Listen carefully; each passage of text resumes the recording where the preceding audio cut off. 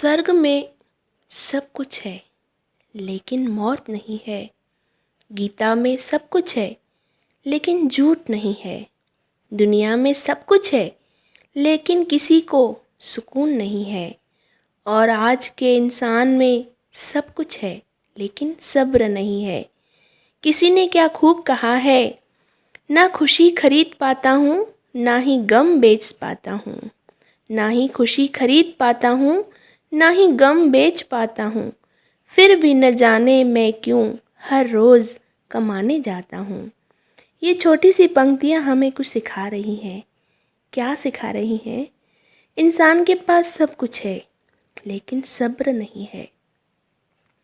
जिस दिन ये सब्र, ये शुक्राना आ गया हमें, उस दिन शायद हमारी कई तकलीफ़ें, कई हमारे दुख दूर हो जाएंगे। क्यों क्यों दूर हो जाएंगे? क्योंकि हमें उन्हें समझना आ जाएगा। भगवान ने सबके लिए सब कुछ बनाया है। हवा, पानी, हर एक चीज़ हमारे लिए रखी है। फिर भी हम नाशुक्रे होकर उन्हें कहते रहते हैं, तुमने हमने दिया ही क्या है। एक छोटे से गांव की एक छोटी सी कहानी है। एक वृद्ध महिला रहती थी जिसका कोई नहीं था। एक बेटा था। उस बेटे को भगवान ने दोनों आंखें नहीं दी थी। वो दोनों पैरों से चल भी नहीं पाता था। उसके दो हाथ भी नहीं थे। सिर्फ उसकी श्वास चलती थी बस। ना ही कुछ वो बोल पाता था, ना ही वो कुछ सुन पाता था। कितनी दर्दनीय अवस्था है ये।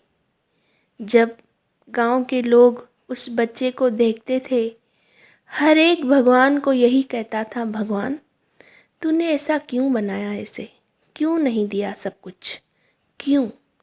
शुक्र नहीं मानते थे। हमेशा भगवान को कहते रहते थे, ऐसा क्यों, ऐसा क्यों, प्रश्न चिन्ह ज़रूर लगाते थे। एक बार ऐसा हादसा हुआ उस बच्चे से। गांव में शेर आया। सब लोग भाग रहे थे इधर उधर और शेर उसी बच्चे को उठाकर ले गया। सारे गांव में एकदम से तहलका मच गया। सबकी रूह कांपने लगी। हाय ईश्वर, हे भगवान, ये तूने क्या किया? ऐसे अबोझ बालक को ऐसी दर्दनीय मौत क्यों दी है? अब उस माँ का क्या होगा जिसके पास कोई सहारा नहीं था? यही एक पुत्र उसका सहारा था, उसे भी तूने छीन लिया। सब लोग रो रहे थे, गंभीरता से अपने दुख को सरा बता रहे थे। पर ये बूढ़ी औरत चुपचाप से बैठी थी। सब पूछ रहे थे, आप चुप क्यों बैठे हो? आपको दुख नहीं हो रहा? आपको तकलीफ नहीं हो रही है? वो औरत बोली, भगवान का शुक्र है, इसमें भी शुक्र है। वो कैसे? भगवान ने मेरे लिए सोचा, अगर इस पुत्र को मौत आती तो मैं इसका श्राद्ध कैसे करती, इसका 12वां कैसे करती, ब्राह्मण की विधि कैसे करती, पैसे कहाँ से लाती। इसलिए भगवान ने मेरा ये काम भी आसान कर दिया।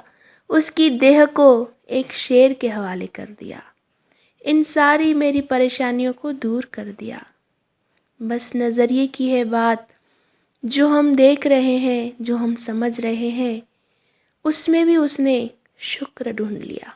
भगवान का शुक्राना कैसे करना है अगर हम ये सीख गए, रोज़मर्रा की ज़िंदगी में शिकायतें करना छोड़ देंगे, तो शायद हमारी ज़िंदगी आसान बन जाएगी।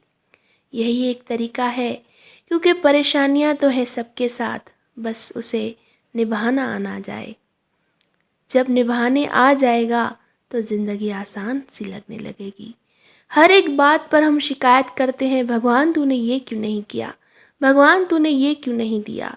छोटा घर है तो बोलते हैं बड़ा क्यों नहीं दिया।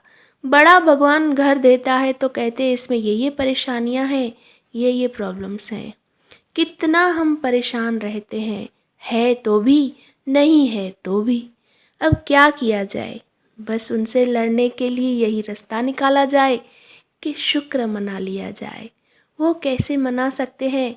हफ्ते में एक दिन ऐसा हम मना लें जिसमें हमें शिकायत नहीं करनी है, शुक्राना करना है। बस एक दिन, ज़्यादा नहीं। कहते हैं, बीते कल के लिए ईश्वर का शुक्रिया, बीते कल के लिए ईश्वर का शुक्रिया, आने वाले कल के लिए ईश्वर पर विश्वास। आज का दिन सबका सुंदर हो, हे ईश्वर तुमसे बस यही अरदास, हे ईश्वर तुमसे बस यही अरदास।